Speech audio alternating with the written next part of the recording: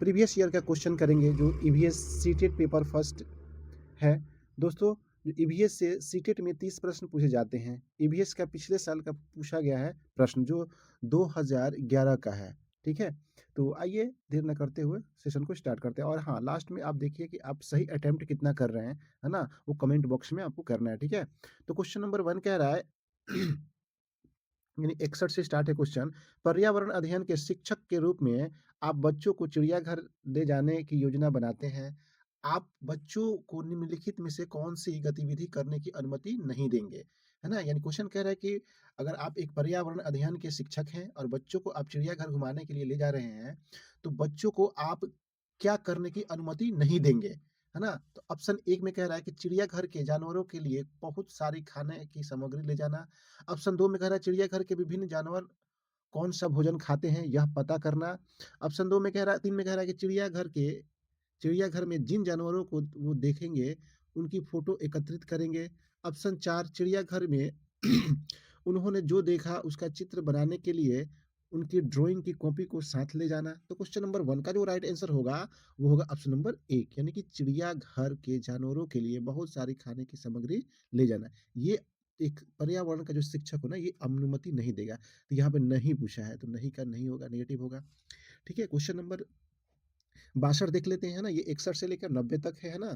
30 question है EVS का, है ना? जो 2011 में पूछा गया सवाल है, मैंने इसको अपने हाथों से टाइप किया हुआ है ना? 62 क्वेश्चन नंबर कह रहा है कि बीज अंकुरण की अवधारणा को इस तरह सबसे बेहतर तरीके से पढ़ाया जा सकता है। ऑप्शन 1 में दे रखा है कि बीज बोने अंकुरित के विभिन्न चरणों का अवलोकन करने और उनका चित्र बनाने की गतिविधि को बच्चों को निष्पादित करने के लिए कहना। ऑप्शन 2 में दिया अंकुरित बीजों को फोटो दिखाना। ऑप्शन 3 में कह रहा है कि कक्षा में अंकुरित बीजों को दिखाना और अंकुरित की प्रक्रिया को स्पष्ट करना। ऑप्शन 4 में दे रखा है कि कि बोर्ड पर चित्र बनाते हुए अंकुरण के चरणों को प्रदर्शित करना। तो क्वेश्चन नंबर 62 का जो राइट आंसर होगा, वो होगा ऑप्शन नंबर 1 यानी कि बीज बोने, अंकुरित के विभिन्न चरणों को अवलोकन करने और उनका चित्र बनाने की गतिविधि को बच्चों को निष्पादित करने के लिए कहना है। ठीक है, नेक्स्ट क्वेश्चन देख लेते हैं। क्वेश्चन नंबर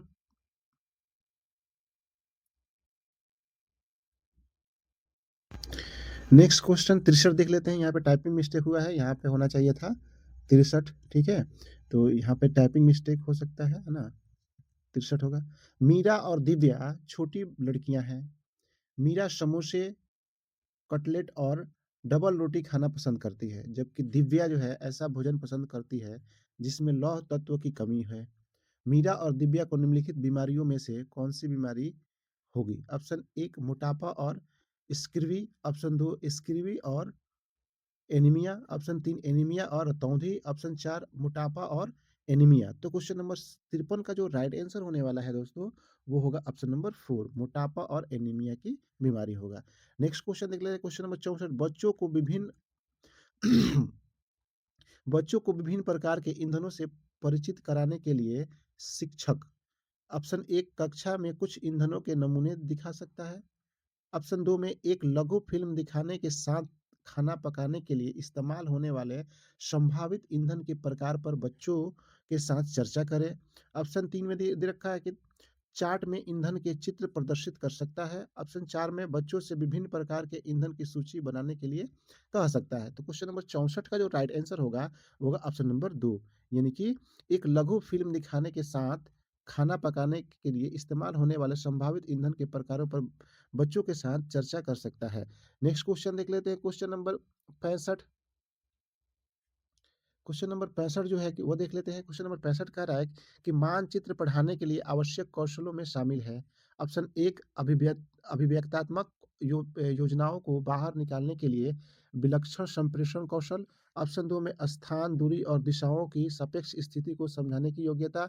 ऑप्शन 3 में दिया है ड्राइंग और पेंटिंग में विलक्षण कुशलता। ऑप्शन 4 में दिया ग्लोब पर स्थित दर्शाने के लिए स्केच और गणनाओं का उपयोग करने की योग्यता। ऑप्शन 4 में दे रखा था। क्वेश्चन नंबर 65 का जो राइट आंसर होगा, वो होगा ऑप्शन नंबर 2 यानी कि स्थान, दूरी और दिशाओं की सापेक्ष स्थिति को समझाने की योग्यता। क्वेश्चन नंबर 65 देख लेते हैं। क्वेश्चन नंबर 65 जो कह रहा है कि पर्यावरण अध्ययन की कक्षा में बच्चों के व्यक्तिगत अनुभवों को महत्व महत्व देने के लिए देना शिक्षक को लाभ पहुँचाता है। ऑप्शन 1 में दे रखा है कि विषय को बच्चों के अनुभव संसार से जोड़ने और विमर्श व सीखने को बढ़ावा देना। ऑप्शन 2 में उसकी ऊर्जा बचाने में क्योंकि बच्चे बातचीत करना पसंद करते हैं। ऑप्शन 3 में दे रखा है कि बच्चों के विशिष्ट अनुभवों को जानने में। ऑप्शन 4 में दे रखा है बच्चों की भाषा और संप्रेषण कुशलताओं को सुधारने और परिमार्जित करने में। तो क्वेश्चन नंबर 66 का जो राइट आंसर होगा, वो होगा ऑप्शन नंबर 1 यानी कि विषय को बच्चों के अनुभव संसार से जोड़ना और विमर्श व सीखने को बढ़ावा देना। अगला क्वेश्चन देख लेते हैं क्वेश्चन नंबर 67। यह देखा गया कि पाचन क्रिया बाहर की अपेक्षा आमाशय के अंदर अधिक तेजी से होती है क्योंकि ऑप्शन 1 पाचन रस जब आमाशय के बाहर रहते हैं तो निष्क्रिय हो जाते हैं। ऑप्शन 2 में दिया है कि आमाशय के अंदर भोजन का मंथन होता रहता है जिससे उसकी तरह का क्षेत्र बढ़ जाता है और एंजाइम क्रिया तेजी से हो जाती है। ऑप्शन 3 में दिया है कि पाचन रस आमाशय के अंदर अम्लीय होते हैं जबकि बाहर के क्षारीय होते हैं। ऑप्शन 4 में देखिए कि अमाशय के अंदर भोजन की उपस्थिति में पाचन रस का उत्पादन बहुत ज़्यादा होता है। तो क्वेश्चन नंबर 67 का जो राइट आंसर होगा, वो होगा ऑप्शन नंबर 2। अमाशय के अंदर भोजन का मंथन होता रहता है जिससे उसकी तरह का क्षेत्र बढ़ जाता है और एंजाइम क्रियाएँ तेज़ी से होती हैं। अगला क्वेश्चन देख लें 68 निम्नलिखित कथनों में से कौन-सा प्राथमिक स्तर पर पर्यावरण अध्ययन पढ़ाने का उद्देश्य नहीं है? यहाँ पे नहीं पूछ रहा है। बच्चों पर आकलन के लिए शब्दावली व परिभाषाओं को बोझ डालना, है ना? ऑप्शन 2 में दिया है जीवन और पर्यावरण में सरोकार रखने वाले मूल्यों को आत्मसात करना। ऑप्शन 3 में दिया है प्राकृतिक व सामाजिक वातावरण के बारे में उत्सुक जगाना। ऑप्शन 4 में बच्चों को खोजने की क्रियाओं में लगाना तथा व्यावहारिक क्रिया करवाना जो संज्ञानात्मक और मनचालक कौशल के विकास में सहायक होती है। तो क्वेश्चन नंबर 68 का जो राइट आंसर होगा दोस्तों, वो होगा ऑप्शन नंबर 1 यानी कि बच्चों पर आकलन के लिए शब्दावली और परिभाषाओं का बोझ डालना। बच्चों पे तो बोझ नहीं डाला जाता है ना, तो यहाँ बोझ शब्द आ गया तो यानी नेगेटिव का नेगेटिव आंसर होगा, ठीक है? 68 का ऑप्शन ए हो जाएगा, ठीक है? अगला क्वेश्चन देख लेते हैं हम, है ना?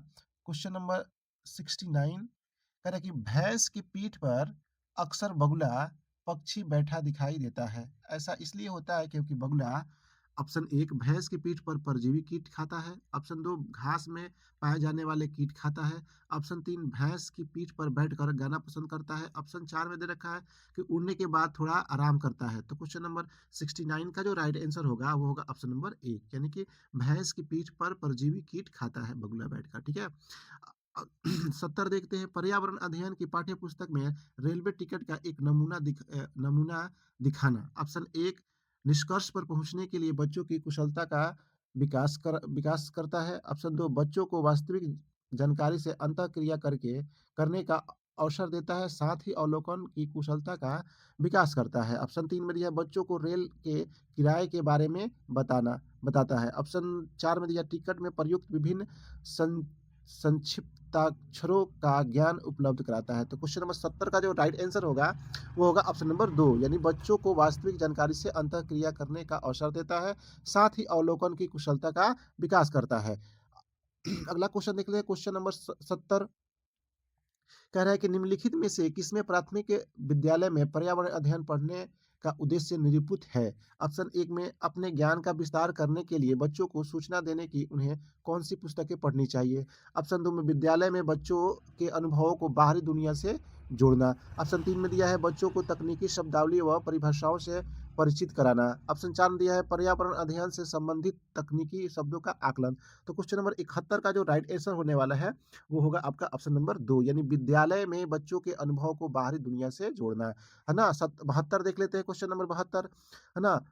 दत्त कार्य के संबंध में निम्नलिखित में से कौन-सा कथन सही है? यानी दत्त कार्य के संबंध में निम्नलिखित में से कौन-सा कथन सत्य है? ऑप्शन 1 में दे रखा है ऑप्शन 1 में दिया है दत्त कार्य बच्चों को सूचना खोजने, अपने विचारों का निर्माण करने और उन्हें उच्चारित करने का अवसर प्रदान करता है। ऑप्शन 2 में दिया दत्त कार्य अभिभावकों, भाइयों या बहनों द्वारा अपनी क्षमता के अनुसार किया जा सकता है। ऑप्शन 3 प्रतिदिन विविधता और अभ्यास करने के लिए कक्षा कार्य और फिर गृह कार्य के रूप में दत्त कार्य करने की आवश्यकता होती है। ऑप्शन 4 में दिया दत्त कार्य आकलन का एकमात्र तरीका है। तो क्वेश्चन नंबर 72 का जो राइट आंसर होगा वो होगा ऑप्शन नंबर 1 यानी दत्त कार्य बच्चों को सूचना खोजने, अपने विचारों का निर्माण करने और उन्हें उच्चारित करने का अवसर प्रदान करता है। क्वेश्चन नंबर अब देख लेते हैं 73।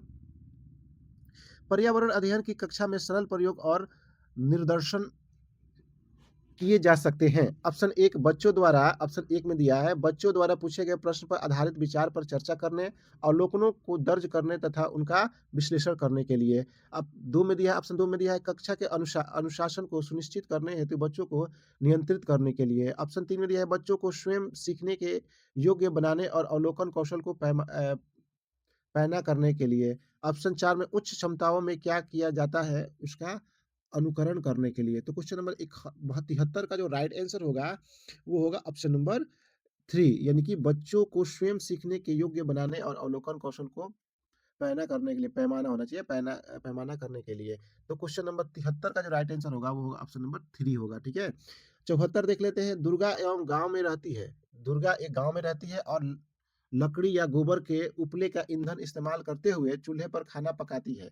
पिछले 3 महीने से उसे तेज खांसी आ रही है। इसका कारण हो सकता है ऑप्शन 1 जलते हुए ईंधन के धुएँ से उसे एलर्जी हो गई होगी।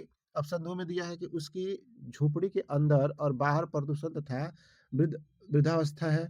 ऑप्शन 3 में दिया है ईंधन के जलने से उत्पादित कार्बन मोनोऑक्साइड जो उसकी श्वसन नली में जमा हो गई है। ऑप्शन 4 में दिया है जलते हुए ईंधन के उत्पादित काल धुआं जो उसकी श्वसन नली में जमा हो गई है। तो क्वेश्चन नंबर 74 का जो राइट आंसर होगा वो होगा ऑप्शन नंबर 4 यानी जलते हुए ईंधन के उत्पादित काला धुआं जो उसकी श्वसन नली में जाम हो गई है हो गया होगा। तो क्वेश्चन नंबर 74 का जो राइट आंसर होगा वो होगा ऑप्शन नंबर 4, ठीक है? 75 देख लेते हैं। दोस्त अगर वीडियो लाइक नहीं किए हैं तो प्लीज़ वीडियो को लाइक कर दीजिए, है ना? और सब्सक्राइब नहीं किए हैं तो आप सब्सक्राइब कर दीजिए। आपको है ना प्रीवियस ईयर के क्वेश्चन जो है ना प्रैक्टिस करने के लिए इस चैनल पे मिलेगा। ठीक है, 75 देख लेते हैं। दोपहर के भोजन अवकाश के बाद पर्यावरण अध्ययन पढ़ते समय आप यह पाते हैं कि बच्चे पाठ में रुचि नहीं ले रहे हैं। आप क्या करेंगे? ऑप्शन 1 बच्चों को बाहर मैदान में खेलने के लिए ले जाएँगे। ऑप्शन 2 बच्चे से क्वेश्चन नंबर 75 का जो राइट आंसर होने वाला है, वो होगा ऑप्शन नंबर आपका 3 होगा यानी पाठ को रोचक बनाने के लिए बहुआयामी बुद्धि पर आधारित दृश्य श्रव्य सामग्री का प्रयोग करेंगे। ठीक है? क्वेश्चन नंबर 75 देख लेते हैं। क्वेश्चन नंबर 75 कह रहा है कि एक विद्यालय ने राजस्थान के लिए कक्षा 5 के बच्चों के शैक्षिक भ्रमण की योजना बनाई। भ्रमण के दौरान बच्चों से आपकी क्या अपेक्षाएँ रहेंगी?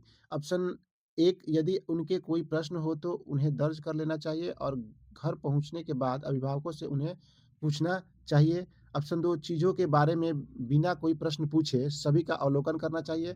ऑप्शन 3 में उन्हें आनंद उठाना चाहिए। ऑप्शन 4 में उन्हें ध्यान से अवलोकन करना चाहिए, टिप्पणियाँ दर्ज करनी चाहिए और 8 बाकी बच्चों तथा शिक्षक के साथ अपने अवलोकन को बाँटना चाहिए। तो क्वेश्चन नंबर 76 का जो राइट आंसर होगा, वो होगा ऑप्शन नंबर 4 यानी 4 is the right answer. Next question देख लेते हैं क्वेश्चन नंबर 77। क्वेश्चन नंबर 77 कह रहा है कि रीना अपने घर का कूड़ा नीचे दर्शाए तरीके से 2 डेहरियों में अलग करती है। रीना ने 2 डेहरियों में कूड़ा निम्न आधार पर अलग करती है ना? पहले में केले का छिलका, सब्जियों के छिलके, है ना? सूखी पत्तियाँ, अखबार पहले में रखती है। दूसरे में जैम की बोतल, सॉस की बोतल, है ना? उपयोग में लाई गई टूथपेस्ट, है ना? ट्यूब, प्लास्टिक के खिलौने दूसरे में रखती है। तो ऑप्शन में 1 में दिया घरेलू कचरा, है ना? औद्योगिक कचरा, ऑप्शन 2 में दुर्गंध रहित, ऑप्शन 3 में अपघटित होने वाले या अपघटित नहीं होने वाले, ऑप्शन 4 पुनः चक्रण किया जा सकता है, पुनः चक्रण नहीं किया जा सकता है ना? तो क्वेश्चन नंबर 77 का जो राइट आंसर होगा वो होगा ऑप्शन नंबर 3 यानी अपघटित होने वाले और अपघटित न होने वाले, ठीक है? अब क्वेश्चन नंबर 78 देख लेते हैं, किसके नेतृत्व में चिपको आंदोलन को बल मिला? ऑप्शन 1 में दिया है ए.के. बैनर्जी, ऑप्शन 2 में दिया है सुंदरलाल बहुगुणा, ऑप्शन 3 में दिया है अमृत देवी बिश्नोई, ऑप्शन 4 में दिया है मेघा पाटकर। तो क्वेश्चन नंबर 78 का जो राइट आंसर होगा वो होगा ऑप्शन नंबर 2 यानी सुंदरलाल बहुगुणा, ठीक है? नेक्स्ट क्वेश्चन देख लेते हैं, क्वेश्चन नंबर 79। विटामिन ऐसे पदार्थ में है जो, है ना, हिंता जन्य रोगों से बचाने के लिए थोड़ा मात्रा में आवश्यक है। ऑप्शन 2 में हमारी उपापचय दर बढ़ाकर भार में कमी लाते हैं। ऑप्शन 3 स्वस्थ रहने के लिए दवाई के रूप में लिए जाते हैं। ऑप्शन 4 पेशियों का विकास करके हमें ताकतवर बनाते हैं। तो क्वेश्चन नंबर 79 का जो राइट आंसर होगा दोस्तों, वो होगा ऑप्शन नंबर 1 यानी कि हिंताजन्य रोगों से बचाव के लिए थोड़ी मात्रा में आवश्यक है। ठीक है? क्वेश्चन नंबर 80 देखते हैं। ग्रामीण क्षेत्रों में गाय के गोबर से, है ना, झोपड़ी की दीवारों और फर्श को लीपा जाता है। उन्हें ऑप्शन 1 फर्श को प्राकृतिक रंग देने के लिए, ऑप्शन 2 कीड़ों को दूर रखने के लिए, ऑप्शन 3 चिकना और साफ बनाने के लिए, ऑप्शन 4, है ना, खुरदरा बनाकर घर्षण बढ़ाने के लिए। तो क्वेश्चन नंबर 80 का जो राइट आंसर होगा 80 का, वो होगा ऑप्शन नंबर 4 यानी खुरदरा बनाकर घर्षण बढ़ाने के लिए। ठीक है? 80 का जो राइट आंसर होगा, सॉरी, वो होगा ऑप्शन नंबर 2 होगा ना, ये गलत है। ऑप्शन नंबर 2 जो होगा ना वो सही होगा, कीड़ों को दूर रखने के लिए, है ना? अब देख लेते हैं 81, क्वेश्चन नंबर 81 देख लेते हैं। तो क्वेश्चन नंबर 81 कह रहा है कि एक किसान दोनों भूसे से दानों से भूसे अलग करना चाहता है। जिस प्रक्रिया से यह किया जा सकता है वह कहलाती है। ऑप्शन 1 फसल की कटाई, है ना? ऑप्शन 2 में हस्त चयन, ऑप्शन 3 में थ्रेशरिंग, ऑप्शन 4 में दिया है निष्पादन। तो क्वेश्चन नंबर 81 का जो राइट आंसर होगा, वो होगा ऑप्शन नंबर 4 यानी कि निष्पादन। ठीक है? यानी 81 का जो राइट आंसर होगा वो होगा निष्पादन। ठीक है? क्वेश्चन नंबर 82 देखते हैं। पर्यावरण अध्ययन की पाठ्य पुस्तक में पहेलियाँ शामिल करने का निम्नलिखित में से कौन-सा उद्देश्य नहीं है? है ना? ऑप्शन 1 बच्चों के मस्तिष्क को भ्रमित करना और उन्हें इस भ्रम का आनंद उठाने देना। ऑप्शन 2 में दिया है सृजनात्मक चिंतन की योग्यता और उत्सुकता का विकास करना। ऑप्शन 3 में दिया है बच्चों में आलोचनात्मक चिंतन शक्ति विकास करना। ऑप्शन 4 में दिया हुआ है बच्चों में तर्क शक्ति का विकास करना। तो क्वेश्चन नंबर 82 का जो राइट आंसर होगा, वो होगा ऑप्शन नंबर 1 यानी बच्चों के मस्तिष्क को भ्रमित करना और उन्हें, है ना, भ्रम का आनंद उठाने देना। यानी कि कह रहा है ना कि नेगेटिव है, उद्देश्य नहीं होना चाहिए ना, तो ये नहीं होना चाहिए। ऑप्शन 1 राइट आंसर होगा, ठीक है? तो हम इसके बाद देख लेते हैं 83 देख लेते हैं, ठीक है? एक पुरुष जिसका रक्त ओ पॉजिटिव है और एक ए रक्त समूह वाले स्त्री से शादी करता है ना? उसके पहले बच्चे के रक्त समूह ओ होने की संभावना है। Option A 25%, option 2 75%, option 3 50%, option 4 100%। तो क्वेश्चन नंबर 83 का जो राइट आंसर होने वाला है वो होगा ऑप्शन नंबर 3 यानी कि 50%, यानी कि ऐसी स्थिति में बच्चे के रक्त समूह ओ होने की संभावना 50% हो जाती है ना?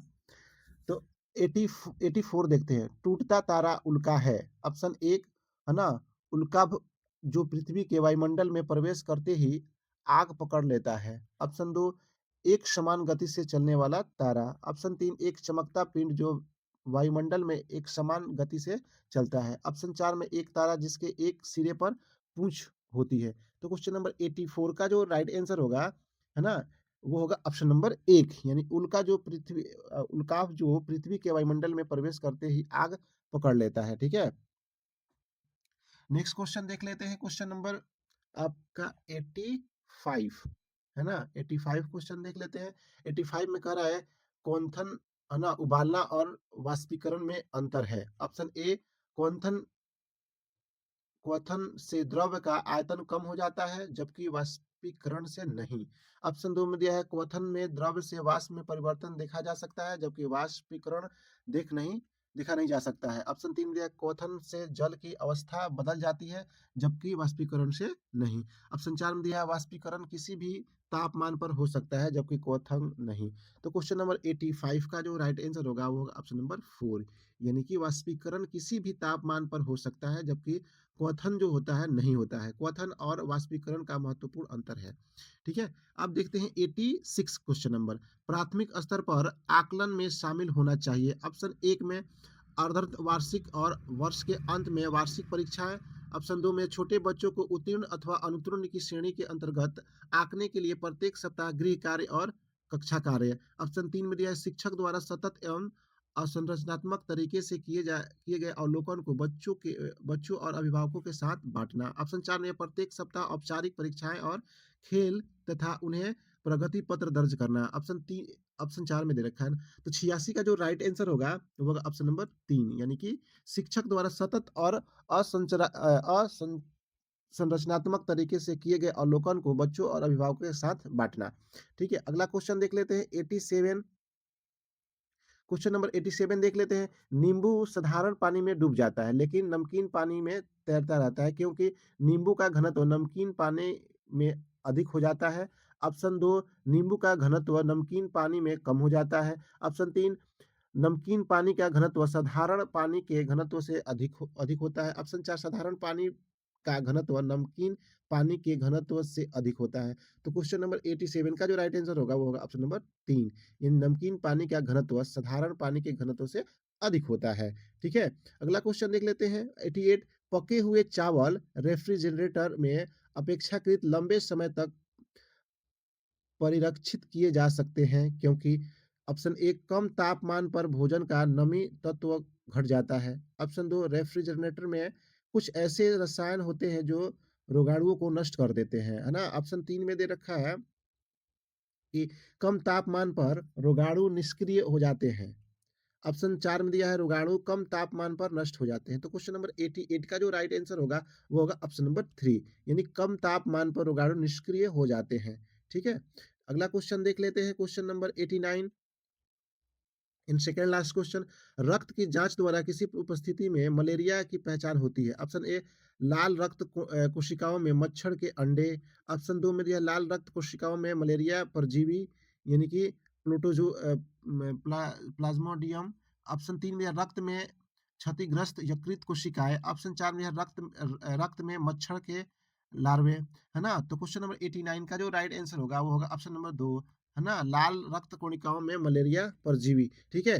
तो लास्ट क्वेश्चन देख लेते हैं 90 पर्यावरण अध्ययन कक्षा में अवधारणाओं को स्पष्ट करने के लिए कविताओं और कहानी कथन का प्रयोग करना। ऑप्शन 1 बच्चों के विद्यमान भाषिक एवं सांस्कृतिक विविधता को ध्यान में रखता है। ऑप्शन 2 में उचित दिशा में बच्चे की ऊर्जा को संकेंद्रित करता है। ऑप्शन 3 में दिया है पाठ को आनंददायक और रोचक बनाने में मदद करता है। ऑप्शन 4 में दिया है स्थानीय एवं विश्व स्तर पर संसार की प्रकृति को खोजने और कल्पना करने की योग्यता विकास करने में मदद करता है। तो क्वेश्चन नंबर 90 का जो राइट आंसर होगा वो होगा ऑप्शन नंबर 4 यानी कि स्थानीय एवं विश्व स्तर पर संसार की प्राकृतिक को खोजने और कल्पना करने की योग्यता का विकास करने में मदद करता है। ठीक है? तो इस क्वेश्चन का जो राइट आंसर होगा वो होगा ऑप्शन नंबर 4। दोस्तों, अगर आप यहाँ तक वीडियो देख लिए हैं तो प्लीज़ आप वीडियो को लाइक कीजिए और चैनल को सब्सक्राइब कीजिए। Thank you watching my video. Thank you.